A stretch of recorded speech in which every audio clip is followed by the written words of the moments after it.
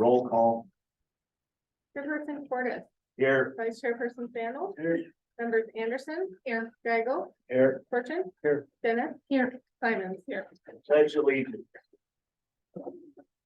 I pledge allegiance to the flag of the United States of America, and to the republic for which it stands, one nation, under God, indivisible, with liberty and justice. Moment of reflection or prayer. Anyone have one question? Okay. Psalm 103, praise the Lord, O my soul, all my innermost being, praise his holy name. Praise the Lord, O my soul, and forget not all his benefits, who forgives all your sins and heals all your diseases, who redeems your life from the pit and crowns you with love and compassion, who satisfies your desires with good things, so that your youth is renewed like the eagles. The Lord works righteousness and justice for all the opposed. Thank you. Any conflict of interest? Yes, we actually do have one, Chairperson, it's from Hope.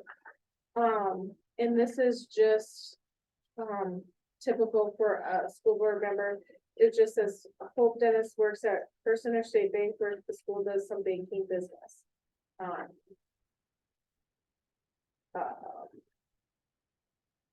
She will, maintain accounts and do transactions for Wall School. However, Pam Johnson, her supervisor, will be included in overseeing the account dealings between the school district and First Interstate Bank.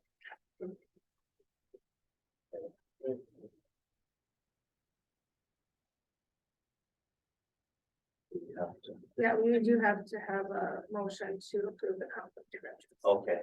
I made the motion, we have their conflict of interest. Second. Any more discussion on our conflict of interest? All in favor, say aye. Aye. Opposed, same sign. Okay, new business. Skip 6. Did I? Yeah. Again. Trying to go too fast. Okay, approve agenda.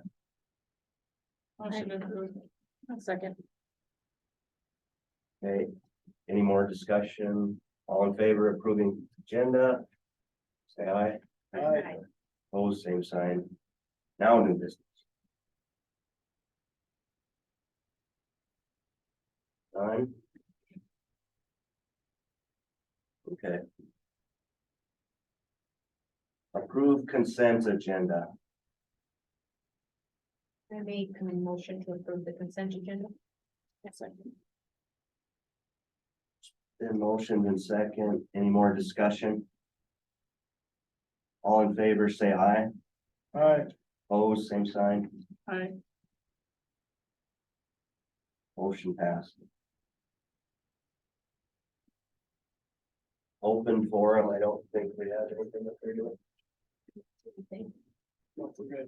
Okay. The Fay Bryan Scholarship Account, we have Matt Sleek with First Interstate.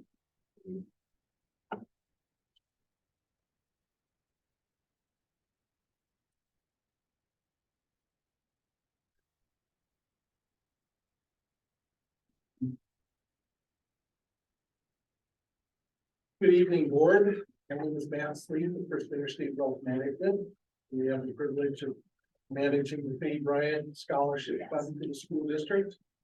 I just handed out a report that kind of goes over the investment account and then a couple items of business. I thought I would just kind of skip to the back page of the report to start with. But I think this is probably the most important part of it. And that's how much we've distributed out for scholarships over the years. We started working with this fund back in 2017 when the Fay Bryan Estate set aside some land from the scholarship fund, and the land was sold and the fund was set up. And since that time, we've funded scholarships out of the fund for a total of $30,000 that has been distributed. Currently, there's $10,088.92 that is available for funding current scholarships. So the board can allocate those funds to scholarship or to whatever they choose, that's their authority to do that, so that's the funds available to do that. Which is a great continuing gift to the school children and all for continuing their education. So one of those gifts that keeps on giving. So then turning back towards the front, if you turn to page 15, it gives you kind of an overview of what's happened over the last year with the fund. The current balance on the fund is about $298,000. Of course, the market conditions have been a little rocky this past year, so we've had some negative returns because of the markets in both stocks and bonds. So that's also why we kind of keep a rolling tally on the income, so even in bad years, there's funds available for distribution for funding the scholarship. And the fund is invested for the long term. If you turn to the next page where it says investment policy statement. It's been over 5 years since we did the investment policy statement, so we've included an updated investment policy statement that Amy's got. You all have in your packet update by the board. Basically what that does is it just tells us how to invest the fund.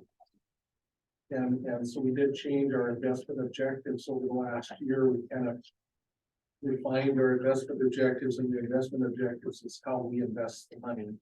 And this fund is invested for growth with a longer term time horizon, a 10-year plus time horizon, because it's an endowment. And so that's the objective that we've gone with, is a moderate growth, not aggressive, or just moderate growth. So what we need is the board to approve that for another 5 years going forward. So that's an item of business to take care of today. And then the other item of business that we had was just updating the authorized signers and designation of duties form that is not in the packet. Amy's got a copy of it too. It just tells us who we can talk to and making documents to sign. We can sign those documents. And so does anybody have any questions about the fund?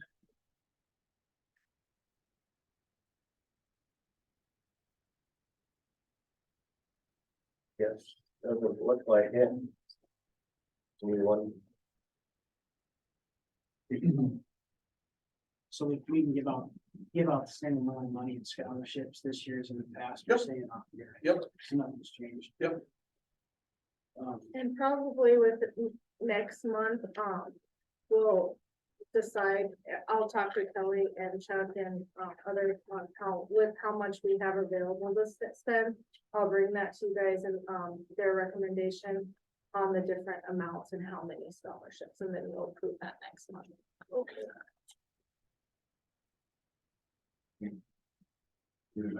Either give 2 or 3 usually. Yeah, I think last year we did 4 actually. Okay. Yeah, in 2022, there were three scholarships, one $3,000 scholarship, one $2,500 scholarship, and then $2,000 scholarship. I did talk to Kelly and she thought maybe doing one extra at the 2,500 because we have the available funds, but we didn't really talk too much about it, so maybe that's something you guys want to think about for next meeting. Go to that the next one. So. Okay. A motion to approve the renewal of the. I'll make a motion to approve the Fay Bryan scholarship account continuation. That's specific enough for the investment policy statement that you need. Well, you could add in investment policy statement as presented to the board.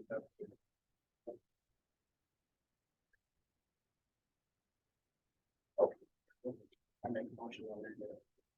I make a motion to amend the motion to include the investment policy statement in regards to First Interstate Bank Wealth Management.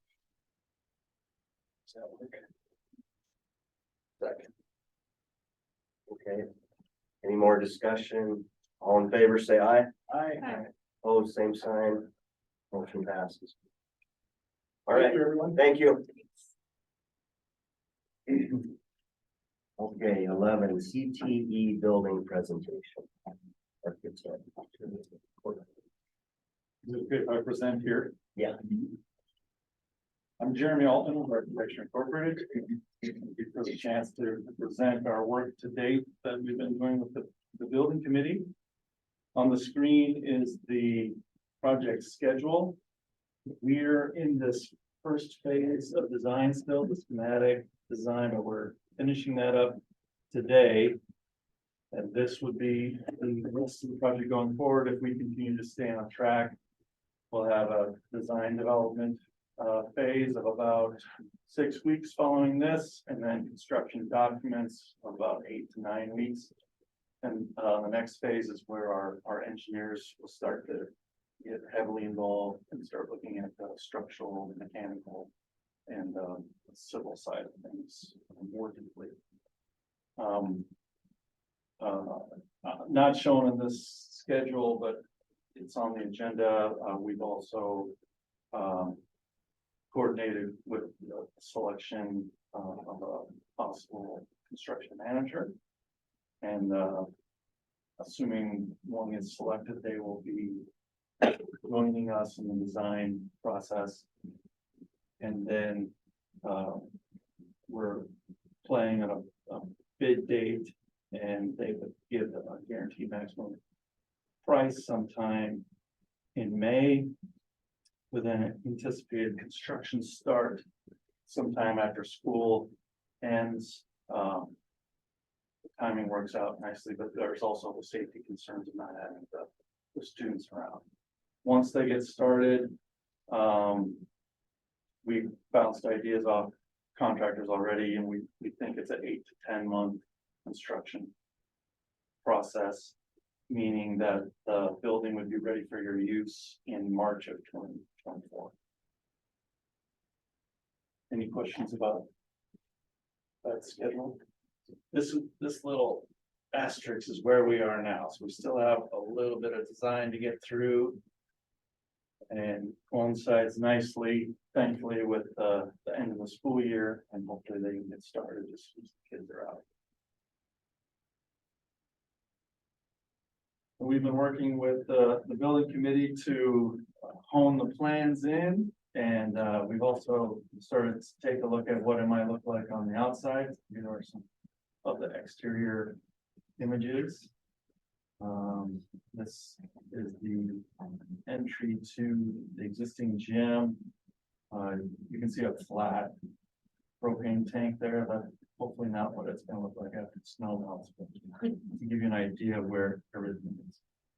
We have 2 south-facing overhead doors for the 2 shops, a welding shop and ag shop. I'll show you the plans after this. This gives you an idea of the extent of the slope roof. The rest of the roofs are flat. Here's a view from the northwest. This is the new addition portion that I'm outlining with the hand. Here's the existing school. So right now at this point, we're looking to use precast panels similar to what you have on the existing school. Colors can change, but the intent that we've worked through with the building committee is earth tones, not doing anything too drastic. We've got square windows, still have some decisions to make on those, but basically being very complementary to what's there, and using earth tone colors that, while it may not match exactly the existing school, it should go well with it. Looking at some of the plans at the schematic level, this is the floor plan. I'll zoom in. If you get digital copies after this, I'll just point out this is the key plan that shows the existing building and the the addition relative to the existing building. Down here is a chart that shows all of the square footages of the new spaces. So our total footprint of the addition is 9,100. Give you an idea of where we're at. We're talking about connecting this corridor that runs in south of the existing shop, which is here. That existing shop, excuse me, is about 1,300 square feet. Our new wood shop alone, not including storage, is about 2,500 square feet. And the welding shop is about 1,200 square feet. In addition to that, we've got some storage for the welding and some wood storage for the wood shop, as well as a mezzanine above that wood storage for additional storage and possible location mechanical units. That connecting corridor leads to a south-facing vestibule exit. Shielded from the northwest winds. It's also not extremely visible to any visitors or first-time visitors to the school, so they're not going to be confused that this is the main entry and hopefully won't be trying to get in that door. But it will not be too far away from the door that the students use now to get into the high school. That corridor leads past a new restroom block and 2 classrooms on the north side. One we're labeling CTE classroom with some storage casework along the north side and behind the teacher's desk. Smart boards, tack boards, and marker board. Shop classroom that has a pathway into the wood shop as well as the hallway. So when it's not being used, it could be used as a classroom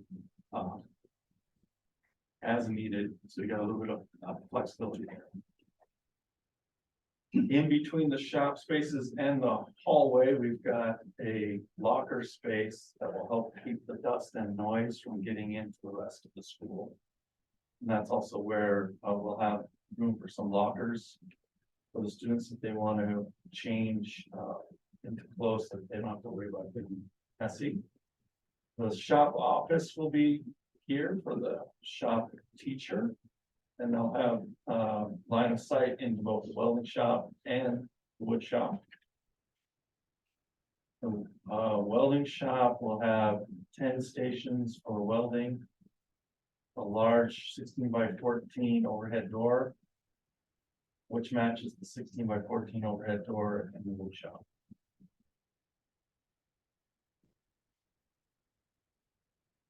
Any questions on the floor plan?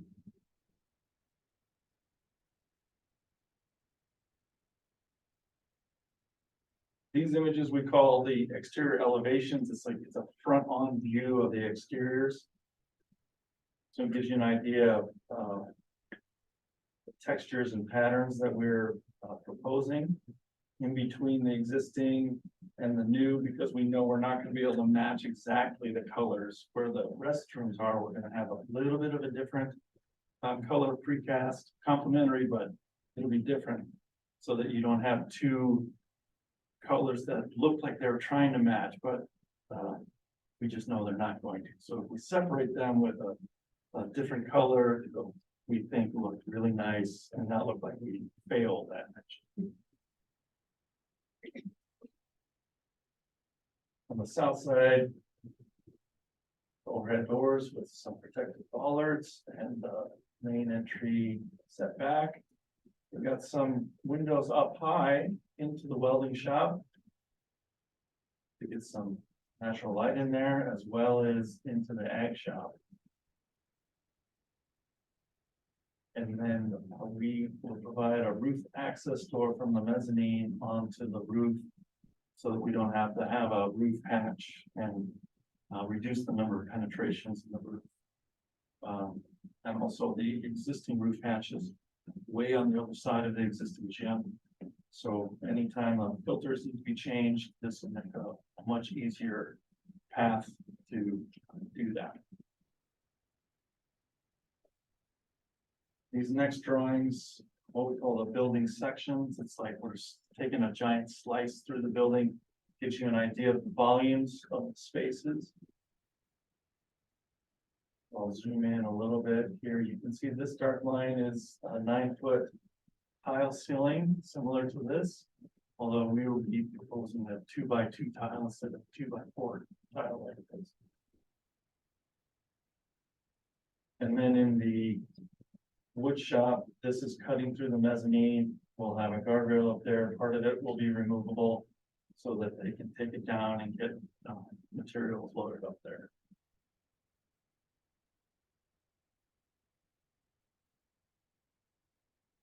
Section through the wood shop in the direction. Catching the welding shop. The wood shop's overhead door and the mezzanine and the steps up to the door to the roof. The relative heights of the shop classroom and the welding shop.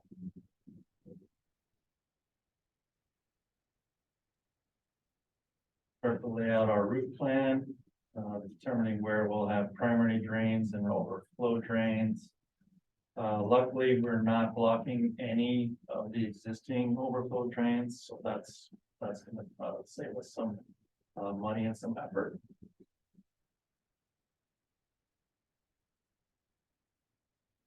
This drawing is called the reflected ceiling plan. Imagine that you're laying on the floor looking up at the ceiling. So eventually we'll start to show where the lights are and where the diffusers are. But at this point in the design process, we're just trying to show what type of ceiling goes where and what those heights are. So this grid is the 2x2 grid that I was talking about at 9 feet. We'll have the same thing in the hallway, similar to what you have in the existing hallway. The same in the vestibule and in the shop office, but in the other areas, it'll just be exposed structure that will paint. In the locker and the changing room, this is probably something not for now, but I'm just wondering, will you have like partitions or whatever? You know, for like girls and boys if they're changing, that's what I'm wondering. You know. Oh, we haven't discussed. Okay, If there'll be, it's probably big enough to do that. it could be, yeah, Yeah. that's, and then look at, there's enough room to put in one partition. I There is a, say from my experience, you basically put job codes on and off and stuff. Cover all. Not like. No. yeah, that's what we're used to seeing. I thought you said locker room, that's like. It's nice to have lockers that they can throw in their old coats and stuff. Yeah, we're not used to seeing, Yeah. the need for a, like a. full It's more of privacy like there. a coat room. Yeah. Right, that's probably better. Have you got to like where you know what kind of footings and foundation, or is that the next one? That's gonna be dialed in the next stage. We have a reasonable idea, but part of the benefit of having the construction manager on risk, or at risk on board, will be that we will be asking them to price out different systems. What we anticipate is that we will have the same spread footing on a foundation wall that we saw at the existing school. That's what we show now. So some of those things will still be vetted, but we're pretty confident that's where it's gonna happen. We started to show interior elevations for the casework in the classrooms. 106 is the shop classroom, I believe. 107 is no, I've got that back. 107 is the shop classroom. So there's storage on the exterior wall, and then some more storage on the west wall. You can see the windows into the shop for that classroom. And then the CTE classroom also has a similar amount of storage to help accommodate flexibility of use for both those classrooms, so that no matter what type of instruction is being used in there, they'll be able to store the item.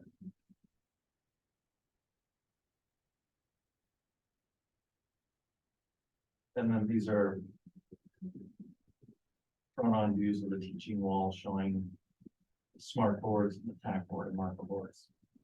What we propose doing is mounting those on adjustable shelf standards so that if the teacher needs, they can easily move those up or down. That ability will be there. Not saying it's going to get used every week, but it's nice to have that flexibility. We do hear good things about that flexibility being there. It's not something that, like I said, that I use all the time, but on a monthly basis, or as a new teacher, especially in a flexible classroom that might see different instructors, having that capability is good. Those are the schematic design drawings. By the time we get to the end of construction documents, we'll probably have 70 drawings. We're at 6 right now. So we're gonna go on. In lieu of construction manager being on board, we provided our opinion of probable cost work to date. And at this level, it's a simple square foot cost times the square footage of the building. And we're calculating 3,161,3.2 for the construction cost. For the total project cost, you add in all of the other soft costs like the design fees, any extra furniture or equipment that you want to add. There'll be some fees for the material testing during construction, so that they check that the concrete is what we specified, or that the compaction is the right compaction. So once you add in all those other costs outside of the building construction costs, total project cost, our estimation right now is 3.5. Once we get the construction manager at risk on board and we get the design further along, they'll start to have a much more detailed cost estimate. And along with that, we'll be comparing different options.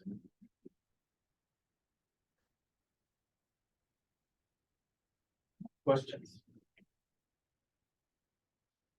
Any jokes, poems, anecdotes?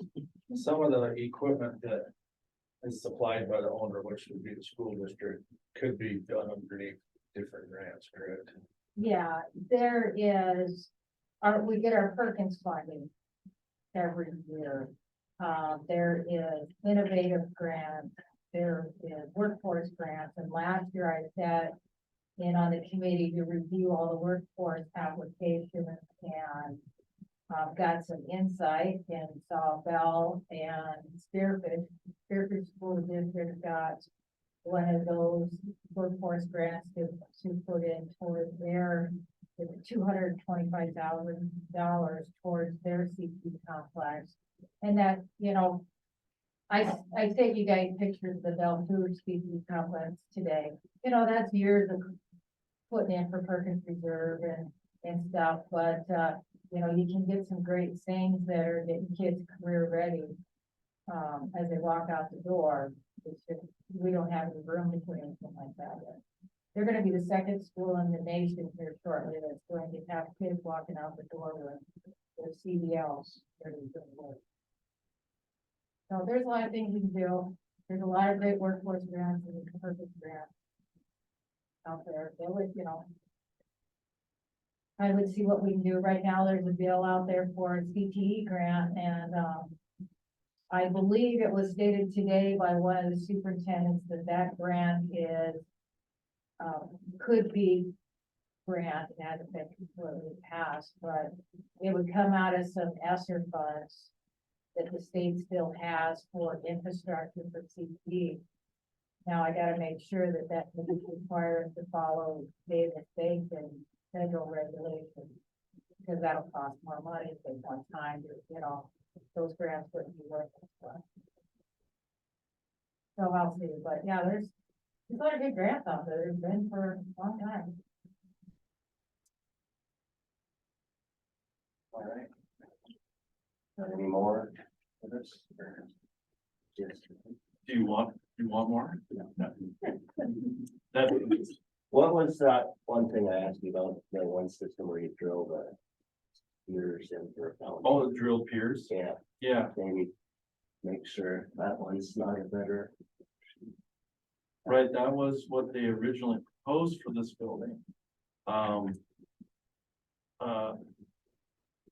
It's. It's very stable, or they gotta drill those down until they get enough friction on the sides. And it sometimes can be 20, 30 feet.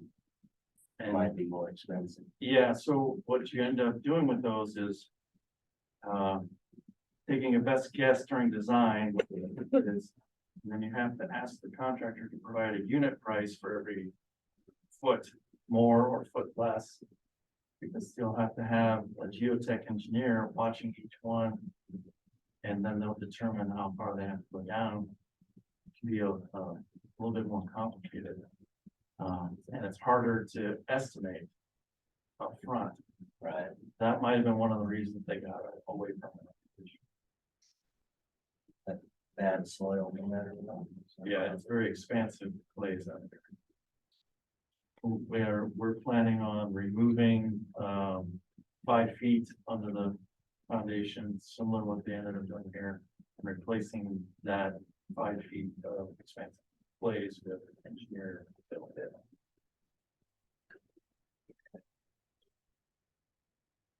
Thanks, Jeremy. Yeah, thank you. Any more questions? Do we have to approve this and then approve going to the next level tonight, or what do you want? Ideally, that would be our request is to just give us approval to move into the next design phase.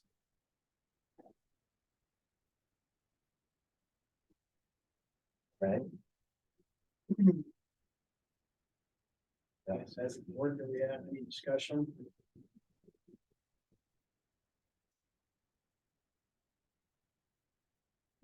Thank Approving this doesn't mean that we can't change anything yet, right? That's correct. You can still make changes. Hopefully, they're not drastic changes. Drastic changes start to affect the schedule, but tweaks, the official terminology tweaks. And there's some things we can still change. But what you're approving is us moving forward with it, bringing our engineers in and continue to meet with you. And whatever changes you have, we'll discuss them. Moving forward to the next stage. Which is what was that on? I'm sorry, design development. That's the name. So for example, if we needed to change the number of bathrooms, that would be something. You're not Further on locked down the in, road, yeah. more it might cost you, but it's not, we're not saying this is final in any way, shape, or form. Right. When you say your total estimated cost is 3.5, that doesn't include your construction manager cost in there, does it? It does. It does, okay. The square foot cost for the building includes the construction manager's fees and everything that you would give you for the GMP, the cost of the building. Okay. And I guess I didn't look at these, but you guys did as far as like guarantees of holding to that. The number, like once they give us a number, because your construction manager is gonna go through it. And give us more finalized number, correct? But during design, he'll do estimates. And then once the drawings are to a point of completion that are fairly close to 100% complete, he'll give a guaranteed maximum price. Which means it won't go above that. Okay. And after he does that, they'll get hard bids. And if the hard bids come in less than that, you get the savings. The hard bids come in higher than that, doesn't matter to you because he set a guaranteed maximum price. Okay. So when they come in with a guaranteed maximum price, that's probably the time when we need to look at. I mean, we probably should set a maximum height, in my opinion, for our budget as to what we're gonna spend on this before we. There's also, and I believe in that figure, that includes some percentage of contingency. Which in my understanding, if that's to cover extra, if something goes over. And if it doesn't go over, then we should get that back. Whether that's all, I mean, I think you can opt to forego that, but that figure would probably roughly include 150,000 or something like that. That make it back, am I right? The construction manager will recommend an amount and hold as a contingency. And anything that's not spent in that contingency will come back. It'll cover, unknown circumstances. Let's say they get a higher water table than what's expected and have to pay to pump water out while they're putting in the foundation.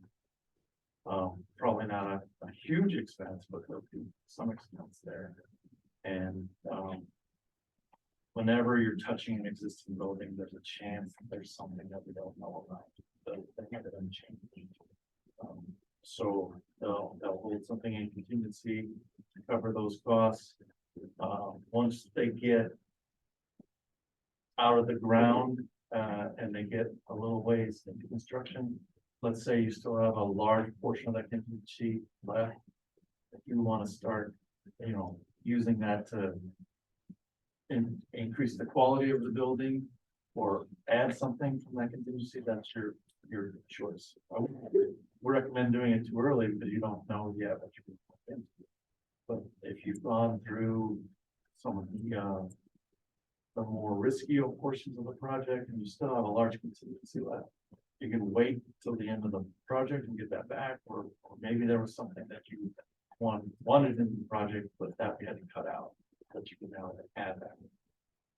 So can you go back to that timeline that you had? Cause I'm just wondering, when are we going to have to start making, like, paying on this? Cause you said, March of 2024 is when you're figuring finalization.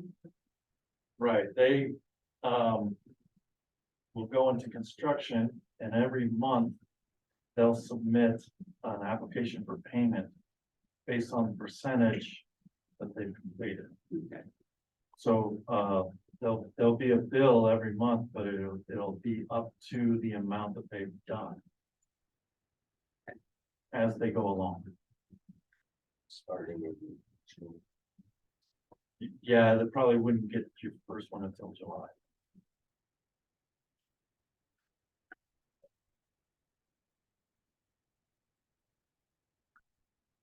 Well, what do you guys think?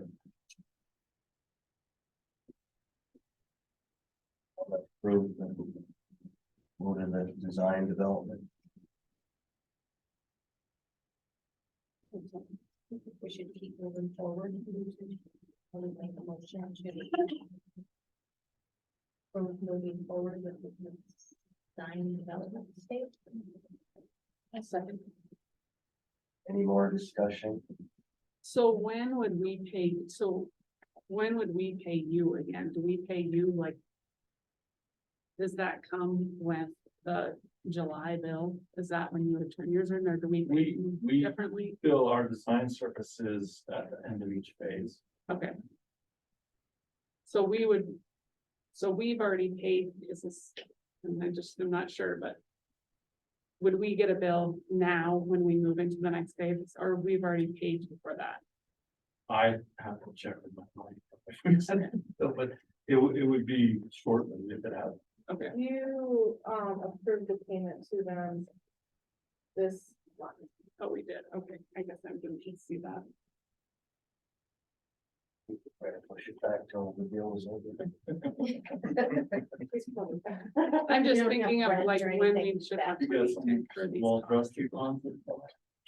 Yeah, I'm sorry, you were saying. I'm just thinking of the money timeline. that we need to be looking at as well, not just. So you, yes, but what you're saying, you don't bill us monthly. Once we reach the end of design development, you get a bill for all of that at once, so move forward, so on and so forth. Right. Yeah. We'll You'd work send you a different. bill for the design development portion. Yep. As outlined in the contract, I think that was 25%. That's coming right out of capital outlay. Yep.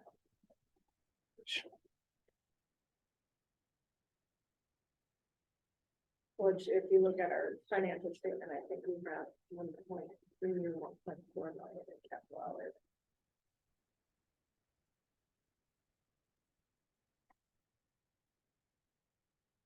Okay, This sounds like the construction part, once we would have to start paying those question payouts that he's talking about. And finishing in March of 2024, this would all be in the 2024 budget. Yeah. Okay.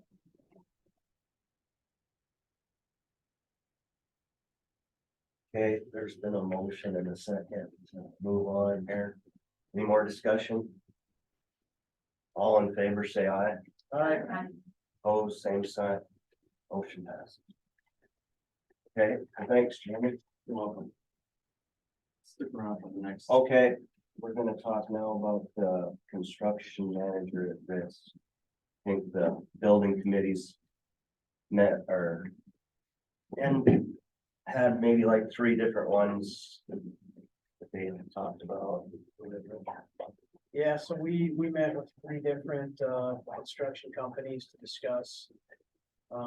Basically the construction manager at risk position here, RC Skull. We met with Kurtz, we met with Skull. And we had a half-hour interview with each one of them, and it was, I think they're all great. And it was tough. It's tough to go wrong, I think, between the 3 of them.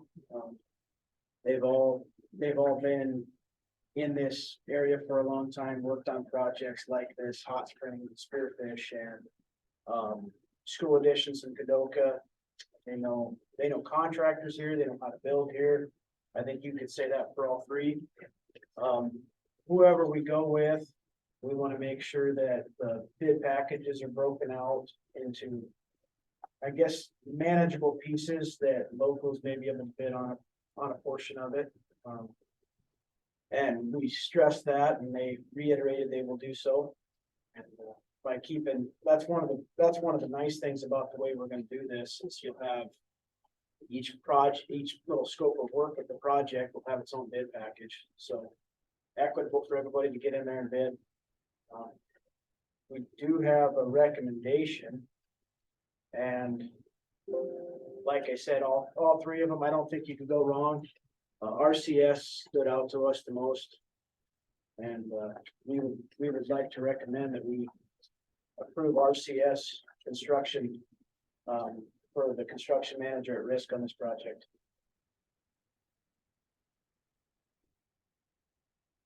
Okay, You say that, did you meet with all 3 of them? Oh, Yeah. you did, I see. what was it that stood out? Them, yeah. You know, just sitting there visiting with them about some of the projects they've done recently. They're working on a project right now that they're gonna do probably by the time it's completed under budget. And that's hard to do right now. I just felt like we, I don't know, they were our kind of guys. Is RCS, did they do the union section? They, Yes, okay, that was our design. They were the contract. couldn't remember because there's Skull and there's RCS, and they're both Skull, but they're different. Yeah. So they all listed all their projects and they kind of go together. We're together. Yeah, and you know, when we picked an architect, it was, one thing was these guys, they had a lot of experiences with schools, but every one of these CMRs, CMARs, they had to go to the schools and everything. I talked to, Kurt Easton, superintendent of Spearfish today, and they have RCS too, and they had, their building committee had the same impression as RCS as you guys did last night, so it's kind of interesting.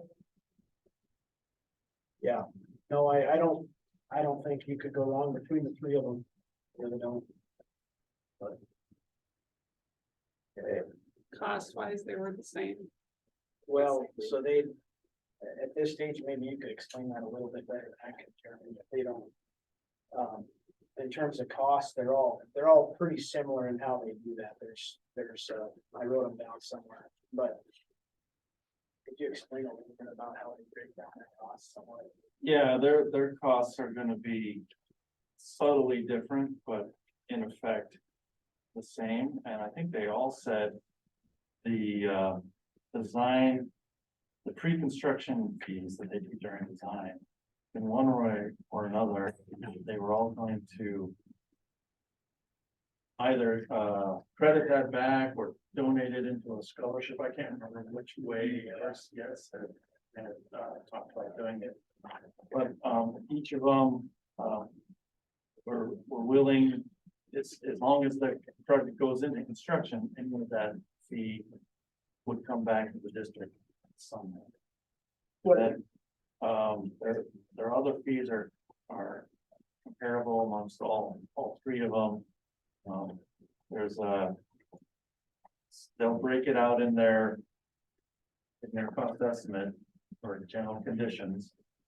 And that's all the things that it will cost them to build a building that aren't actually in the building, like the superintendent's job trailer, stuff like that.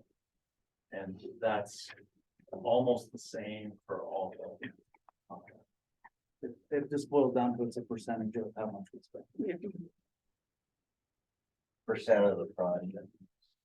Right, and it's 3 to 5%. And so these are, the way this works, these are companies that they take over as the CMAR, the construction managers. They can also bid on scopes of work within the project. So they would submit I think it's a sealed bid, but a sealed bid, like everybody else, if Ridge Sandal is bidding the concrete with them, and they can still bid on the work within it. They oversee the components of it, but they can also still bid. So, it's a possibility. You see bids coming from one of the other companies to do a portion of the work. I don't know that, including them. So. Any more questions on it? Yes, do. We need to make a motion on. Rich. Yeah, I make a motion to approve RCS Construction as the construction manager at risk for the Wall High School CTE edition. Second.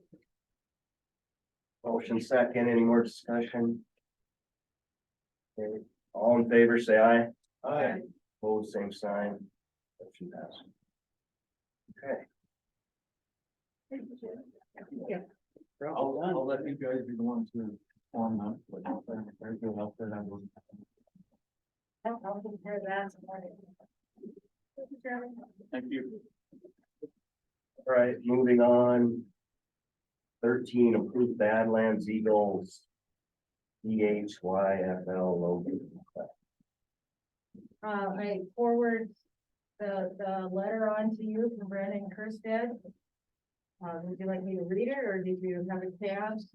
They would like to use our logo for Badlands Eagle. Thank you. NFL's cracking down on the cease and desist using logos, and they can't even call a championship game the Super Bowl. Yes, I don't see any reason why It's the same logo that we have, right? Basically want to use that eagle right there. Different color, maybe. Yeah, I don't The know. if colors it's are still green green or. and black and white. I don't think we have a copyright on that, do we? You could Google this eagle and find it on a lot of schools. I don't think there is a copyright. That'd be my only concern, but I don't. Leave their information. I wouldn't. I would make a motion to allow me to use that logo. Okay. Okay, motion and second. Any more discussion? All in favor, say aye. Aye. Opposed, same sign. I'm sorry, who seconded that? I heard, I didn't, okay. Okay, now we got for approve surplus items for disposal. There's no items that need to be approved tonight. Okay. So, 15, the 14 passenger bus purchase discussion. Okay, I asked Chris to go out and get some quotes on a 14 passenger bus. Situation with this would be paid for with our ESSER funds. The deadline is the end of 2024 on ESSER funds. We have this money sitting there. The last bus we purchased, what did we look at, 57,000? 58,000. 58,000, and this quote is $96,000. Last year, Chris got a quote about this time, we budgeted for our ESSER, that life was great, and then it jumped to $96,000. So I was like, no, I want to wait till it comes down. Evidently, the chassis that's used in a 14 passenger bus is also used in campers, and there's still supply chain issues. But there is a possibility of a bus with a different chassis that's longer. But right now, if we want to order this bus, if we approve this, we would put in the order and hopefully get the bus by the time it's expired to use these ESSER funds. Okay, if you don't want this bus, then it's time we need to sit down and figure out what we want to do with these funds, or do we turn them back? So what happens if the bus doesn't show up in time and we lose those ESSER funds, then it's gonna come out of our other budget. Huh. Can't you Honestly, pay for it before the bus? Right, would we be able to cancel that order, I guess would probably be a more appropriate question. Well, there is discussion on extending the deadline for as far as how long we can use the ESSER funds. A lot of school districts are doing building projects right now using their ESSER funds, schools like Cordova that have gotten millions of dollars. And I don't foresee some of their projects being done, so there'll probably be an extension on them. But the funds are earmarked. I Yeah. mean, we have this bus, we You wait for it to show up. the couldn't, money's yeah, there. you couldn't prepay for it. We could- Probably. I'm sure that the bus company would be fine getting their money ahead of time. So if we got 2 of those, do we need 2 big buses? No, what we're throwing out here, recommending is 1 14 passenger bus. And currently it is in our ESSER budget and it is approved through the state. No, So- but we have 2 that one. Yes, 2 14 passenger buses. Do we need 2 bigger buses? Don't we have 2 bigger buses?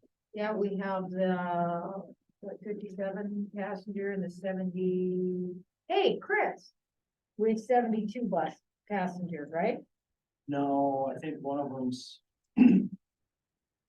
They do that rating weird. They count each seat as 3 students instead of 2 students. So realistically, our bus, I think the bigger one holds 54 or 52, something like that, and the smaller one's like 37. And those are both CDL required buses. And the mini buses aren't, right? The mini buses, anybody can drive, you don't have to have. Those hold 14, 15 with the driver. I'm just wondering if we couldn't get rid of one of the bigger buses. we probably wouldn't want to do that until we got the little bus. Yeah. We might not have to buy a new bigger bus anytime soon if we Yeah. use the 14 passenger more. But the thing that's of a concern is the 2012 bus, what did you say, has 160,000 The on it? 2012 Suburban has. I think it's at like 140,000 miles on it right now. That's why I was wondering if we should be looking at getting a Suburban instead of a. Well, and there is an option, I mean, currently we have in our ESSER budget for a new bus, 105,000 budgeted. We still have of unbudgeted ESSER funds, 96,000. So there's potential to use that, We have almost over 200,000. yeah. So we have potential if we needed another Suburban, to purchase another Suburban or use it on other items that would be allowable with ESSER, but So I'm- you don't think the Suburban would be allowable with this? it would. It would be. My At one only, time, we did have both of them budgeted. my only thing is listening to the kids and is driving, because a lot of our trips are far trips, is driving on those buses is not really that comfortable. It's hard for them to sit when you're driving long distances. But, I mean, that's just why I wonder if we shouldn't be looking at replacing the Suburban. 14 passenger bus. It's different than If you ask the kid for this, I've been there. And that's not much different. like when the gymnastics girls specifically have drove, because they drive it. You know, the boys don't mind it driving into Philip because it's 30 miles, but if you're driving it across the state, it's. We can get by though with one vehicle versus two Suburbans. That is a big, I mean, it's just hard to get drivers, you know, and that's where, you know. Like people, staff members that have a kid in an activity, it's also kind of handy, but, you know, they're in charge of, because you're short drivers, they get put in charge of that, so. What do we have? 3 Suburbans already. We have the 2007 that we surplus and that's our, kind of our runaround type Suburban. We have the 2012 and that's the one that is getting high in mileage, and then we have the 2020. And that is 37,000 miles. The 2007, we don't use for long distance.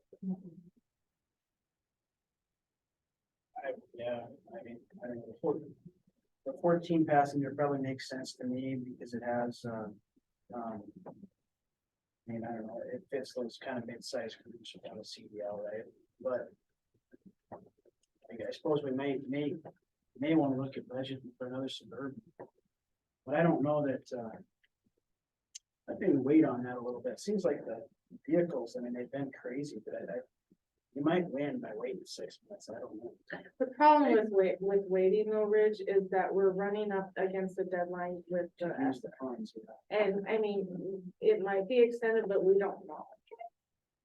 And When that's, when I talked to the guy at the bus company about the 14 passenger bus, I asked him if he thought what his prediction was on prices going up or down, and he said that they were.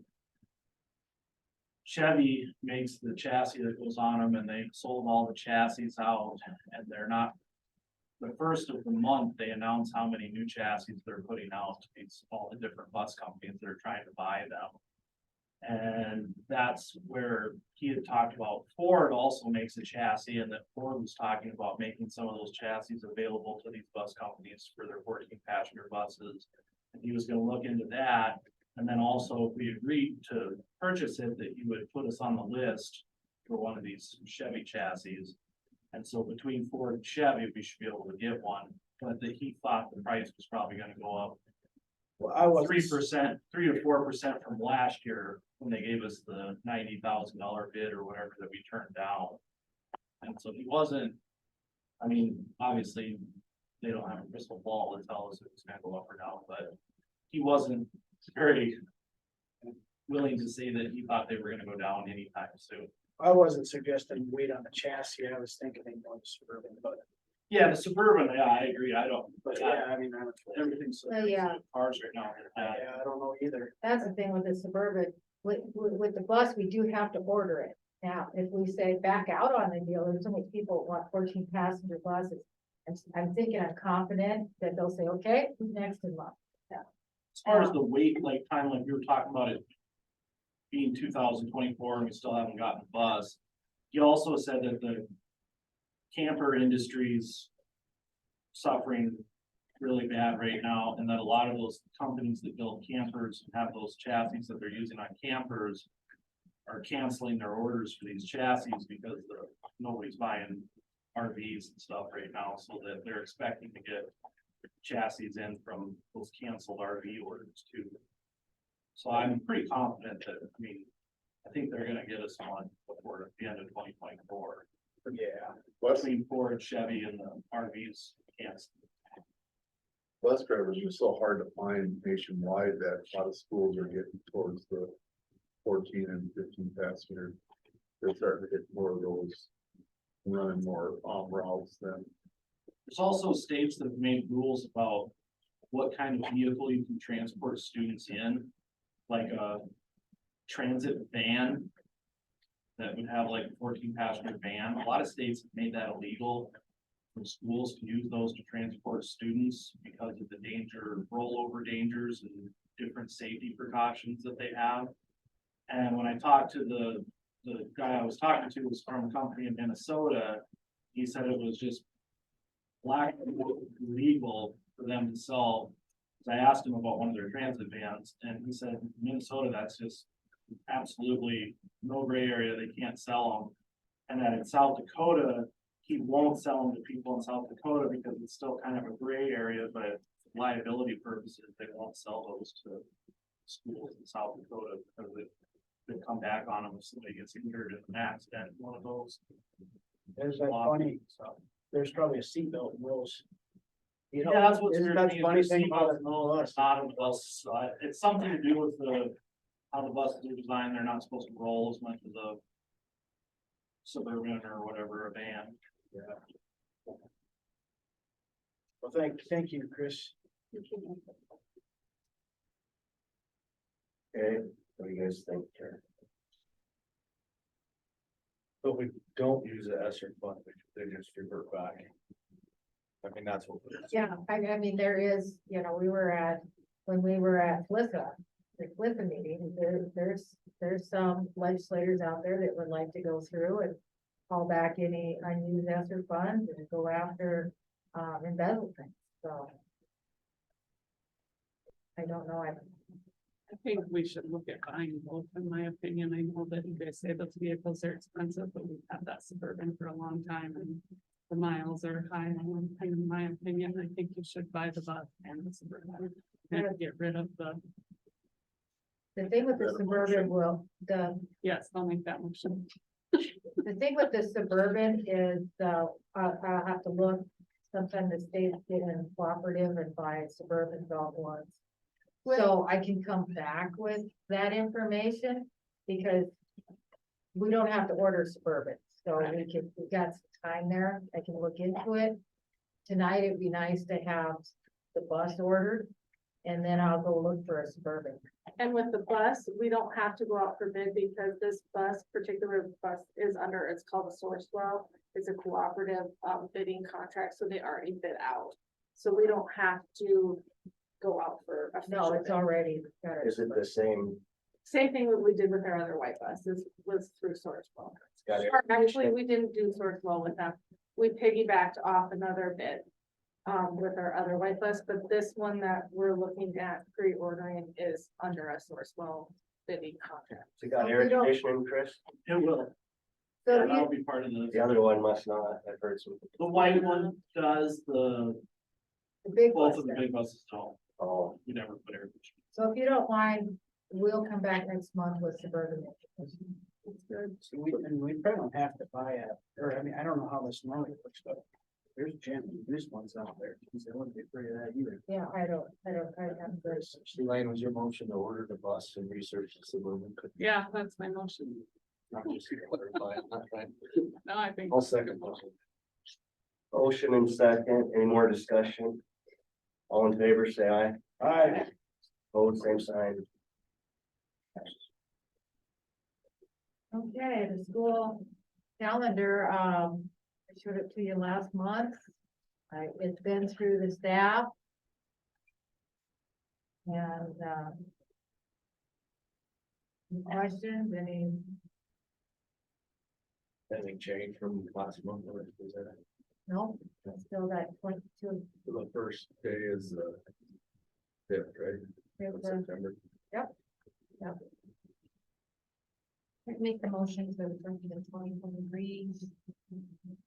Next, say 2024 in the agenda since 2004. Just kidding you. I'll second. Yeah, Of course, only I would sorry. Okay, any more discussion? All in favor, say aye. I, Opposed, same sign. Who was second that? I'm sorry. I did so. Approve volunteer coach for golf, Danny Herring. Once you, I didn't scan it and send it out. Anybody that wants to do it, I think, yeah.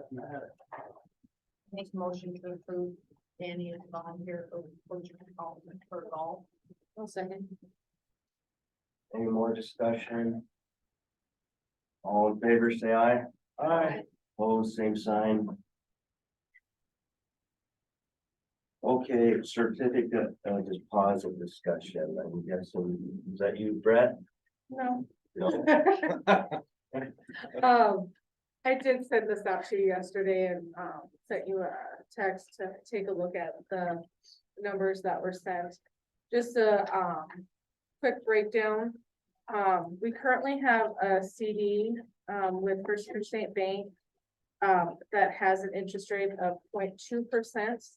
And these are all my recommendations. Of course, you can do as you guys see fit.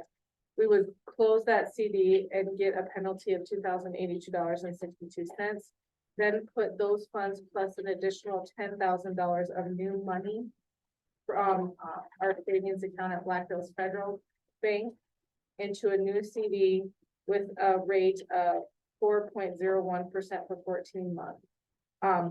Approximately the interest off of that CD would be $49,279.55. We also have around $1,050,000 at Black Hills Federal Credit Union. And that's in a savings account at 0.02%. So if you imagine the interest that we get on that is not very much. What I propose is we'd invest that $1,039,000, because that would be, we'd be taking the 10,000 out from Black Hills Federal, putting it in the First Interstate at a rate of 4% for 14 months. That would give us an interest of $49,573 approximately. So almost $99,000 in interest if we were to invest in these two CDs, which we are even close to getting that. my only suggestion looking at that would be to just take the 10,000 out of our savings and put it into the First Interstate one and leave the other one as is and just enroll it. Say that again? So you're saying take 10,000 from the Black Hills Federal? I'm just saying leave that as is and enroll it into the new CD as a total. So the only reason we have to take $10,000 out of Black Hills Federal is for us. The stipulation with First Interstate Bank, there has to be $10,000 of new money. Right. So that new money doesn't include like any direct deposits that we have every month from the state aid or anything. The only money that we have outside of First Interstate Bank is with Black Hills Federal. Oh, I see. So we have to take that. That's the only, I wouldn't take that out of Black Hills Federal. That's just the stipulation that First Interstate Bank said that we have to have 10,000 of new money. So. Can you just take 10,000 out of our savings, put it back over to First? I didn't hear you. I mean, to me, it's just kind of a silly thing. And those are questions that, I mean, it is what it is. Now, the savings at Black Hills, we're gonna invest that in a CD at Black Hills or at First Interstate as well? At Black Hills Federal, so that we'll have two CDs. One, we currently have a CD already at First Interstate, which is at the 0.2%. And then we used to have a CD at for Black Hills Federal, but it matured. And then, the board decided to just keep it in savings because the interest rates on CDs at that time were so low. So now we would have a CD at First Interstate, we'd have a CD at Black Hills Federal, and we still have about 4 million cash between our money market account and checking at First Interstate. Have we thought about putting more into those? Like dropping our savings down to 3, because he says, you know, they're looking at an estimate of 3.5 million, so could we take, because you're saying 14 months, could we take more of our savings and invest it, put it into, you know, take another 500,000 and put it into? We could, that's completely up to you. And I can refigure those interest, the interest too, and send out what it would look like. I mean, that's up to you guys. I just I just worry about tying too much into a CDs Right, because of the building project, but we also need, as a budget committee, which I'll be talking about later, is having a meeting. Are we gonna look at, for the building project, are we gonna do all cash? Are we gonna look at, interest-free loans, those type of things? So that, what I suggest, or what I recommend now is these two options, and I can always ask for CD rates for like another 500,000, if that's what the direction you guys want me to take. well, and that way, I mean, if it came to worst came to worst, we could always just pull them out. Yeah. Still have that money. Your Yeah, we penalty get generally is based on your interest. I mean, because That's even not if here. we decided then to take that extra that you're talking about and just put that in, is there a limit of the CD that we have, amount that we have to put in? We've had multiple yeah, I did send you, I think I had them with, Black Hills Federal. It's just that 14-month one is at the highest rate at the 4.01%. Our money market account with First Interstate is at a 2.4, I think. Yeah. So we're getting good interest in our money market account. Yeah, It's just this opportunity of the 4% is just, I mean, to turn away $99,000 is just. like maybe we could get a 12-month and that way it comes out, or maybe not. There's one right now, 13-month CD, it's at 3.5%. So it's not a lot. No. What? Savings right now, what do we roughly have? Well, in our money market account, I think it's, I mean, combined at First Interstate Bank in our money market and our checking account, it's around 4 million. In cash, like that we can. And currently the money at First Interstate, the 1,049,000 is about, is in a savings. That's at a terrible interest rate. It's just a general savings. Yeah, and they do not offer a Right. similar money market account like First Interstate Bank. I did ask about What that. do you think? Yeah, it's probably nice to have a more, like your money market savings. at the moment.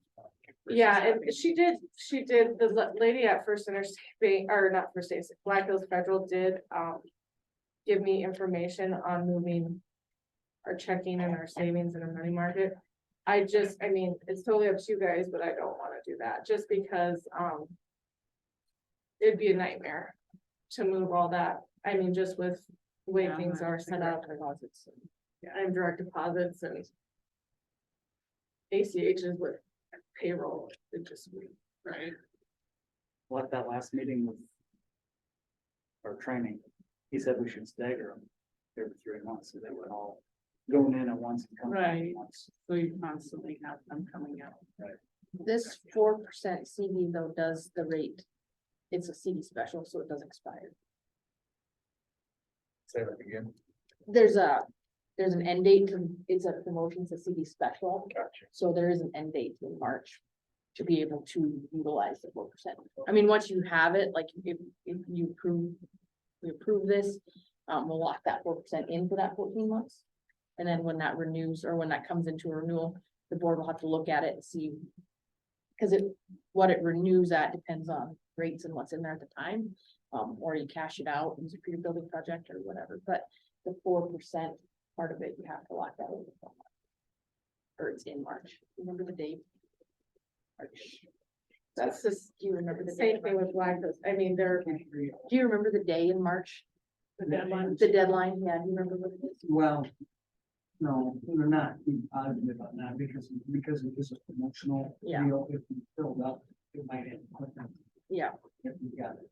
As much, we got more money than we expected. Yes, but it's a special reason not to attract money into our bank, and if we get to a certain level, it could be the end of this month. We just don't. and the 4% at Black Hills Federal is a special spot. I mean, it's not something that they will potentially offer. Did they give you any idea what it'd be after the special? If you wanted to start? I guess I'm in favor of both of the CDs. I'd probably suggest that before we take any more savings to do that. With the budget committee meeting, look things over, but I'm good with approving the certificate of discussion or certificate of deposits on both of these. But I don't know about being in favor of going any further. Got a motion there. I'll make a motion. Make a motion to approve the certificate of deposit discussion regarding Black Hills Federal and First Interstate Bank. Second. Sorry, Corey. Give it to Corey. Okay, any more discussion on our CDs? All in favor, say aye. Aye. Opposed, same sign. Okay, Thanks, guys. okay, now we got some budget reports, maybe. First one, we have a meeting coming up in March, so.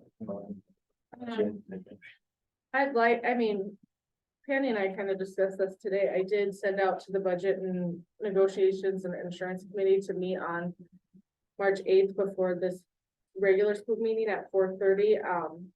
Unless you guys would like to meet sooner, we should by then, by the end of February, know what we're looking at as far as what potential increase we'll get in state aid or state funding. We'll know then what it looks like for if premiums are going up for our medical insurance for us. Those type of things. So if you guys are cool with March 8th, great, or we can move it up before that week prior to. whichever it is. March 8th, sounds good. How about you guys, Corey? You bet. 4 o'clock? Oh, Oh, 4. did you say 4:30 or 4? I think 4:30 would be okay. 4:30? Okay. 4? Okay. Do we have any more on the buildings, grounds and transportation? I gave a report earlier. Let's go there. Yeah. Okay, curriculum, instruction and technology, anything there? the math. Yeah, well, those two curriculums and then the legislation, I have policies that I sent out earlier. That you need to look at, so. Both those two committees, since it's the same people. We get together sometime and go through. And I guess you've given them to us, don't know if you want to talk about them now. No, I mean, go to the committee and talk about, Okay. Yeah. they're just sitting there, it's time, you know. So I don't know. I do know that we're also working on a remote learning policy and we'll discuss it more at the February 24th in service, so. If we wanna, I don't know, what kind of date, timeline are you working for with Matt? Yeah, Open it by end of March. okay, If you want, I didn't make it to that meeting, but I have doctor appointment. I didn't make it either, but I did read the stuff. Cut it down. I'll talk about it. the night before. so do those two committees, would you wanna meet on someday? Between after the 24th and before the next board meeting? Yeah, I'm good with that. Let's do it, Which committees are we talking about here? Both, C and D, we got the same people on and, could we try and meet before the Wednesday board meeting? By any chance? well, we just put the Oh, budget sorry. meeting in there. I actually won't be at the next board meeting. But it's different people, I guess. Yeah, it's different people, except for administration. No. Right. I, We already got that. That's, that's okay. And I'm gone. So it would have to be.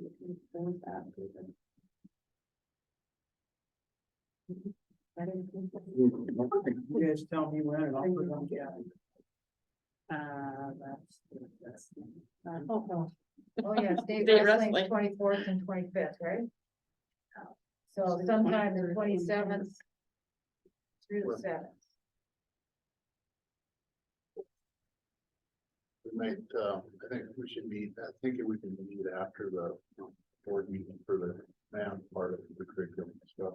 So, In April, is that what you're, or March? After the March board meeting, Okay, we're still waiting for a couple samples to come back. So, all right, we can start the policies after the March board meeting then. But you'll be gone. Yeah. Elaine's gone till the 10th. Oh, well, then let's do it after, I mean, those are district policies.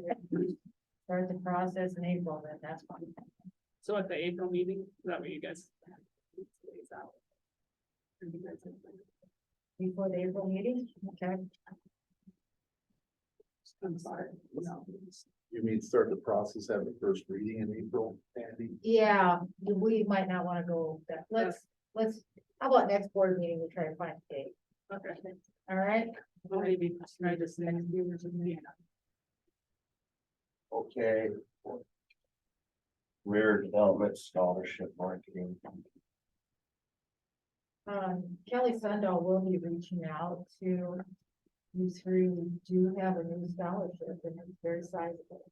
So, That's very, yeah, it's a very great opportunity. So we just found out a little bit more about it on Monday, so. And, you know, we'll be starting the scholarship process if we need one of you three to come in and help us select, so.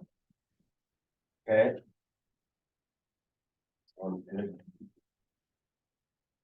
All right, elementary principal report. Okay, tomorrow is the midterm or the third quarter. The teachers will be finalizing their grades and posting grades so that the report cards be ready for parent-teacher conferences next week. And those will be held on the 15th and the 16th from 3:45 to 6:30.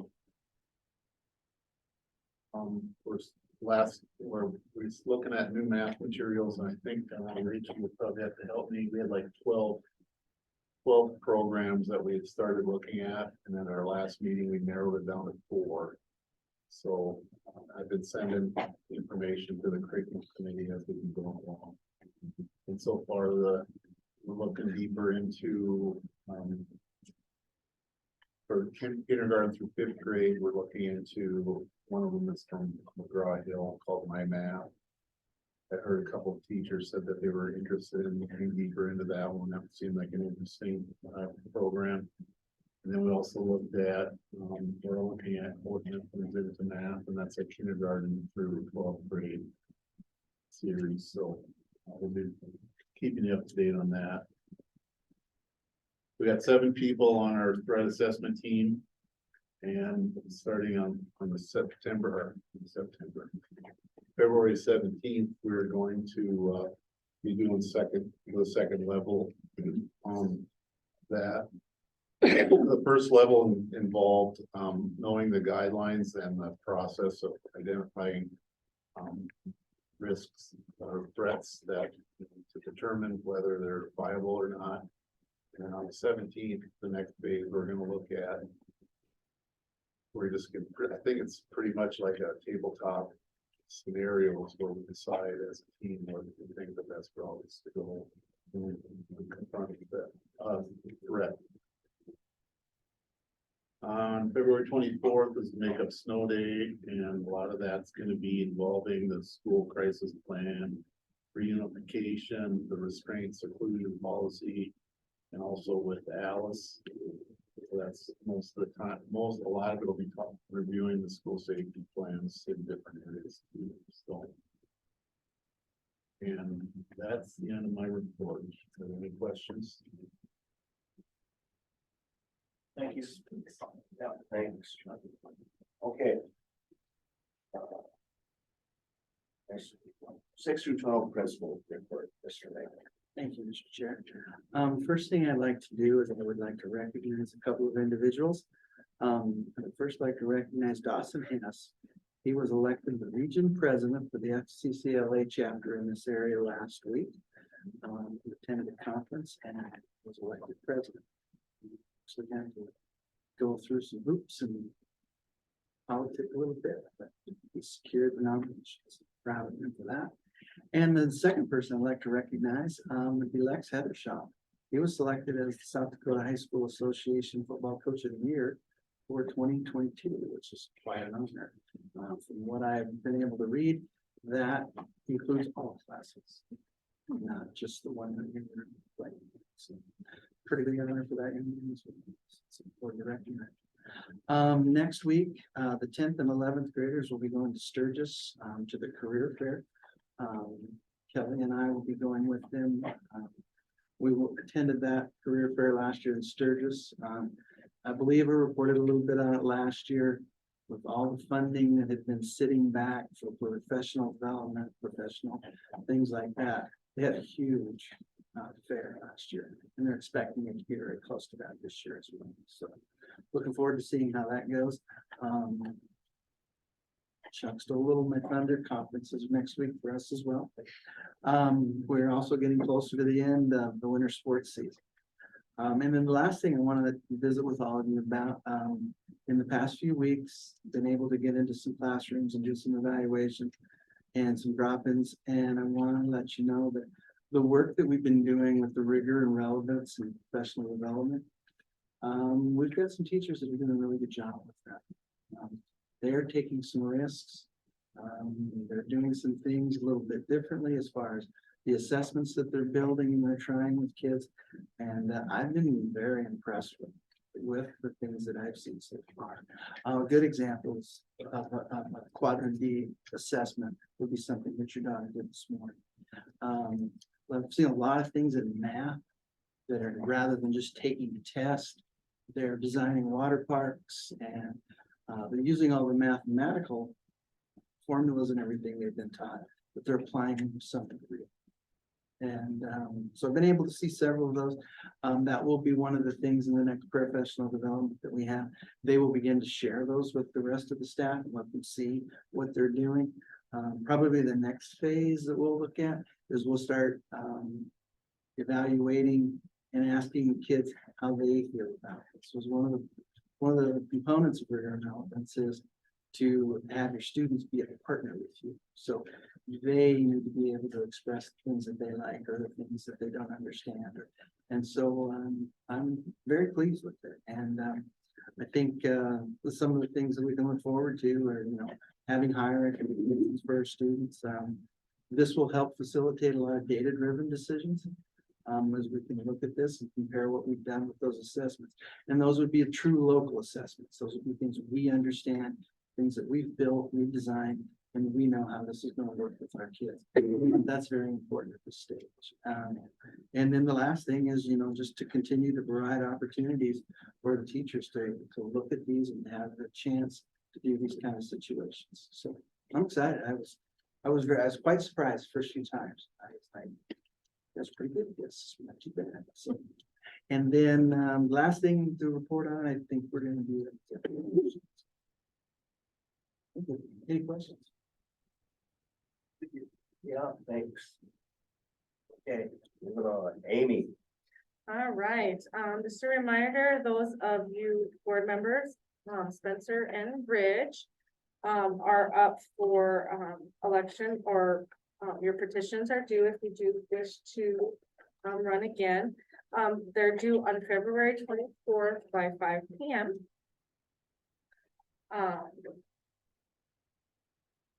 There is, I wasn't able to attend the last medical insurance pool meeting, But one thing that was decided at that meeting is there's going to be another plan option for staff. We don't have the prices of premiums or anything yet, but it will be an employee plus one dependent option that we currently don't have. Excuse me, currently it's just, we have single employee or single and family, so you can have one dependent or 85 dependents on that plan. So this will be a good option for those employees that either have a spouse or a child that they would like to put on their insurance plan. Excuse me. ESER two funds are completely done, and we've spent all those funds, and that ESER two is done. What we used on that, the majority of that was high school and elementary school laptops, and then the white bus, that first one we bought, so. That's all I have. All right, any questions for Andy? Thank you. Okay, superintendent report. Dr. Tim. Okay, I submitted a Homeland Security grant on Monday, for $33,769, and that's for 9 remote access doors, so that they can be, it would be, the front door here, as well as this door and the entry to the office and this door. That would be the external ones, and then all the other external doors on this building, plus a panic button at the office. So should something happen, the office personnel can hit the button, and this area right here is completely locked up. They can't come to the library, they can't go to the office, they can't get out, everything are in here. And plus it would lock up all the other doors.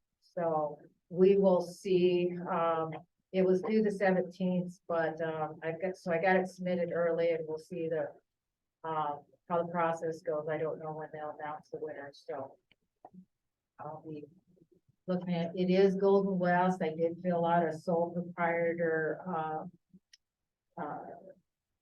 quote document, and the reason for just Golden West is because Golden West put in our servers and have done a lot of our technology wiring and so forth. So in an emergency situation, you only have one system you're working with, and not more than one. Let's see here, where's the Stamra Trask submitted for E-rate for new Wi-Fi, and she got 2 quotes back. One of them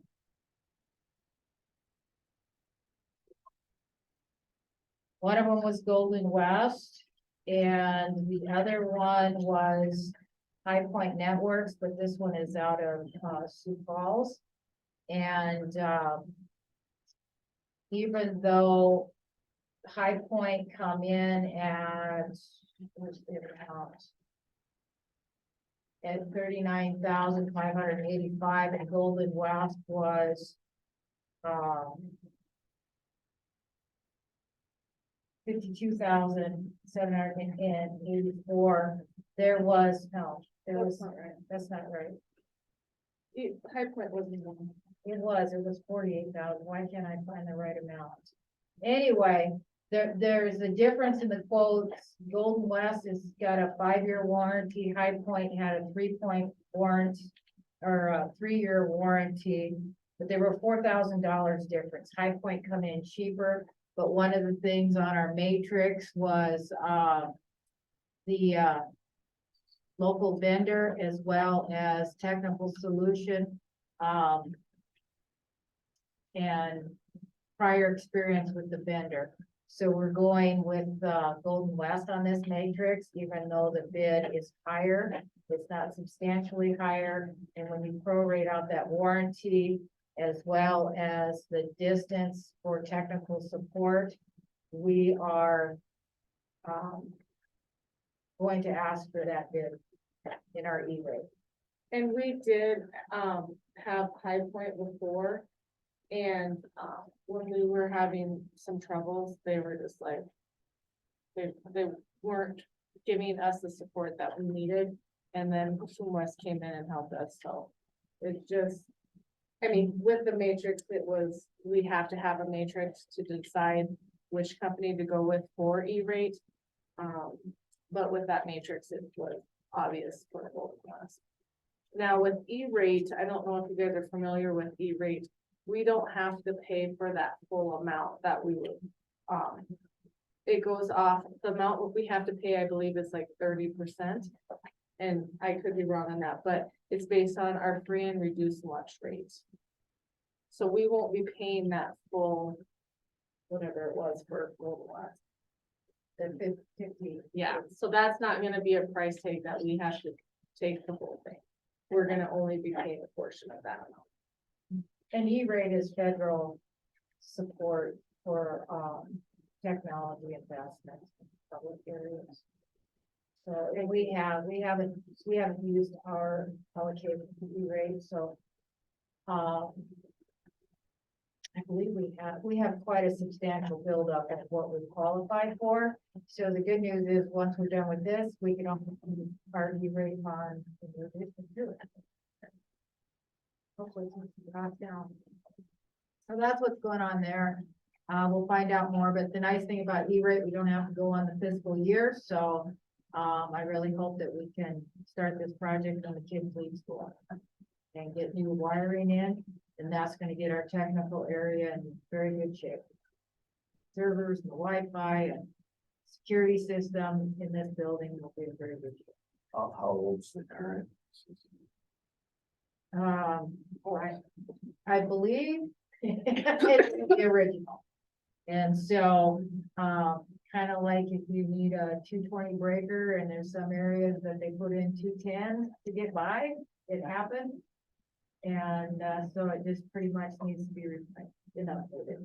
The door system was put in when Dennis was here, I know, because we went to, we got a door system with Hill City, I think, and with Underwood, because the bid went through New Underwood School Board, and so Dennis and I went into the school board meeting, so I don't know when that was exactly, but We do need some sort of consensus or approval from the board to move forward with.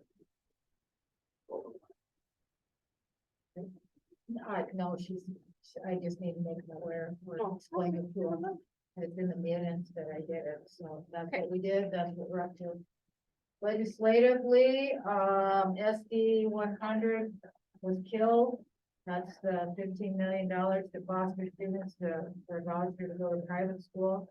They did start another bill, what was it, last Wednesday or Thursday, HB 1234, that's one to watch, that's a voucher bill. Where public funds will go to a non-public school that's accredited. There's over 30 plus accredited private schools, so I'm not sure how much money that is. You know, there was 15 million budgeted in for the vouchers for the foster care, and I don't know if 15 million will cover all the attendance into a private school, so I'm not sure how much. This is an estimate, or if this bill will survive. The one thing to know is, you know, it's a non-public school district. Or school, you have the option. It's a private, and you know, I don't know. You would lose control of where those public funds are going. It might be to a private school that's established that might be out of your ordinary conservative values, so. You know, think about how, you know, the state of Arizona did it, state of Iowa, Arizona is now following some of their public funds and finding out they're going in interesting places, so. And I don't think a lot of people who do private school want this either, from the sound of it, because, yeah, they don't want the, Oversight. right, they don't Regulation. want the oversight, so they're against a lot of this too. Yeah, I don't like all the oversight either, but. Right. It part comes with public school, so it's kind of, you know, a friend of mine who private educates his elementary kids is like, why would I take that on? I put them in a private school for a reason. And I, and I'm concerned about, those students that are high risk, high needs. Kids, I mean, if you have excess funds, I've been actually watching the bills for juvenile. Rehabilitation and detention and stuff, because we got some kids that are really coming up the ranks with mental illness issues. And some of my superintendent meetings have been, it hasn't been just middle school, high school kids, it's kindergarten, first grade, and so forth. And I just really hope that that's in consideration with a lot of, if we have excess funds, that we get some juvenile support in for some kids that need it. Well, it should be separate funding instead of coming from your school funding is how that should be. Yeah, and that was the thing with SB 100, it was like, really, this should not be in education, it should be health and human services. So, really, this legislative session isn't as exciting as it's been in the past. I don't know what the percentage increase is gonna be. Should it be at least 3, and the highest number I've ever heard was 8? I don't know, I have no idea. See what appropriations do. Last day. Yeah, switch days into this month, that's an interesting day, then you see how many bills fly. Then you see what you got. Thank you. That's all I got, yeah, thank you. Thank you. Alrighty. Which one forward, if you want to do that. Yeah, I so move that we enter executive session for the purpose of discussing personnel and legal counsel according to South Dakota Codified Law 1-25-2, parentheses 1 and parentheses 3. Second. Okay, any more discussion? All in favor, say aye. Aye. Opposed, same sign. We are